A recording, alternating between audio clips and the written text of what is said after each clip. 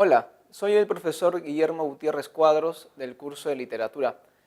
Hoy día vamos a revisar los contenidos de la semana 11. En esta semana vamos a comenzar con literatura peruana y la primera parte va a tratar sobre las características generales de la literatura peruana y la periodificación. También vamos a estudiar las crónicas, centrándonos en la crónica de los comentarios reales del Inca Garcilaso de la Vega y Nueva Crónica y Buen Gobierno del cronista indio Felipe Guamán Poma de Ayala. También revisaremos el teatro quechua colonial y la obra más destacada de esta manifestación teatral, es decir, Ollantay. La literatura peruana tiene dos características clave. Estas son la heterogeneidad y también la pluriculturalidad. Heterogeneidad quiere decir diversidad de elementos constitutivos, pluricultural, que varias culturas van a integrarla. La literatura peruana abarca manifestaciones orales, escritas, cultas de origen occidental, cultas de origen andino prehispánico, populares orales de origen prehispánico y hasta la actualidad continúa en la literatura quechua, por ejemplo, la poesía de los Andes, y también en la literatura mestiza, donde las características occidentales europeas y las características andinas se van a mezclar. Todo eso corresponde a literatura peruana. La literatura peruana, por tanto, es pluricultural, ya que abarca diversas culturas, y heterogénea porque tiene muchos elementos, diversas formas de manifestación. Bien, la literatura peruana presenta tres grandes periodos. El primero es el periodo prehispánico, es decir, el que corresponde a la época previa a la llegada de los españoles, nuestros ancestros españoles. La segunda es el periodo colonial, que desde la conquista hasta el inicio de la república, y finalmente el periodo republicano. No corresponde a la clase revisar las características de la evolución histórica de estos tres periodos, ya que eso es bastante y abarca pues el curso de historia que ustedes también llevan aquí en el centro preuniversitario. Por lo tanto, vamos a referir brevemente los inicios y finalizaciones, los cortes. El inicio del periodo prehispánico se pierde en la historia, ya que desde que el ser humano se asienta tenemos manifestaciones. En cambio, 1532 es un año clave porque ese año llegan los españoles, nuestros ancestros españoles que se enfrentan a los incas. Estas batallas entre los españoles y los incas van a ser muy cruentas y muchas etnias, naciones sometidas por los incas van a demostrar lealtad a los incas y muchas otras a los españoles en su afán por liberarse del dominio cusqueño. En estas guerras al final ganaron los españoles, ya que impusieron su dominio.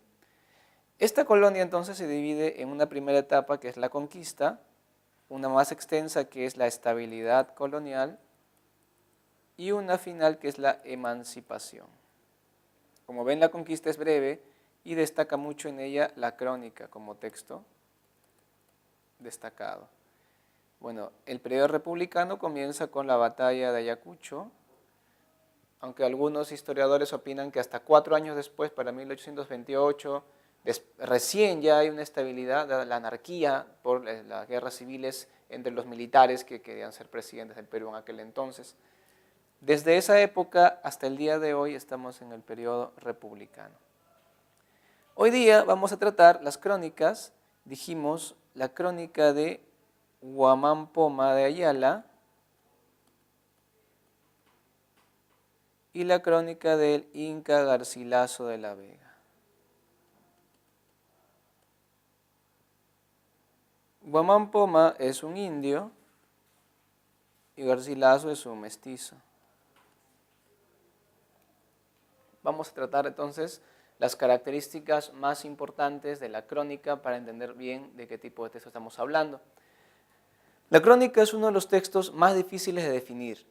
Crónica puede ser un poema épico, crónica puede ser el informe de un eclesiástico a sus superiores, crónica pueden ser las cartas de información que envía un conquistador a los reyes, crónica puede ser el diario de un soldado que está en batalla, crónica puede ser las memorias de un anciano que participó en su juventud en la conquista y quiere contar lo que se acuerda ya en España en su momento final de vida. Todo eso es crónica. La crónica, por lo tanto, no guarda una formalidad, una estructura definida, sino una intención en común. La crónica es un texto que trata de dar cuenta de lo que sucedió, de los acontecimientos, los descubrimientos, los hechos, la descripción de la antigua civilización que ha sido conquistada. Todo eso en conjunto tenemos como un gran acervo de textos, la crónica. Los cronistas han sido clasificados de diversas maneras.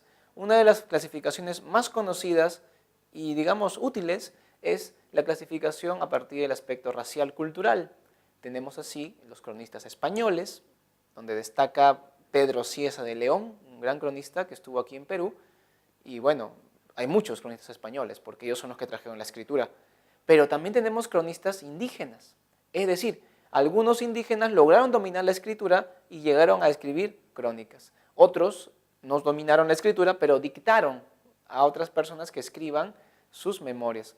Es el caso de Titu Cusi Yupanqui, uno de los incas de Vilcabamba, que llegó a dar un testimonio escrito con un estilo eclesiástico, ya que fue un cura quien escribía los testimonios de este inca de Vilcabamba. Otro destacadísimo cronista indígena fue Felipe Huamán Poma de Ayala, y de él vamos a tratar. Pero antes vamos a recordar que hay una tercera clase de cronistas, los mestizos. Es decir, cronistas hijos de españoles e indígenas, hijos normalmente de un español y de una mujer india. Estos mestizos normalmente resultaban a partir de la unión de un español aristócrata y una mujer de la nobleza inca, de una paya, una integrante de las panacas. Eso fue lo más habitual en los inicios de la conquista. Esto se debe a que muchos españoles nobles tenían pues la idea de que si ellos se comprometían, convivían con las hijas de los incas, los indios de menor rango verían a los españoles conquistadores con mayor respeto, ya que se juntaban con las hijas de los anteriores gobernantes. Sin embargo, estas uniones, de las que salieron muchos mestizos nobles, como el caso de nuestro personaje Inca Garcilaso de la Vega, tuvo un aspecto que no fue visto a primera instancia, sino que después se dieron cuenta del problema, que estos mestizos nobles, cuando fueran jóvenes, como iban a ser educados, gente letrada, instruida, ellos muy probablemente iban a reclamar derechos, diciendo, mi padre conquistó esta tierra para el rey de España y mi madre desciende de los antiguos señores de esta tierra, así que el que debe gobernar esta tierra soy yo. Por ese motivo van a quitarle legitimidad a estos mestizos nobles. ¿Cómo lo hicieron los españoles? Decidieron que los padres, los nobles que se habían comprometido, conviviendo, no casándose, conviviendo con las mujeres indias de Panaca, se separen de ellas y se casen con mujeres criollas o españolas. Allí quedaban como hijo natural el mestizo y le restaba derechos de sucesión. Por lo tanto, su legitimidad quedaba en entredicho y no podría reclamar derechos posteriormente. El Inca Garcilaso de la Vega vivió esto a los 14 años. Él en ese tiempo todavía se llamaba Gómez Suárez de Figueroa, el nombre que le puso su padre cuando nació.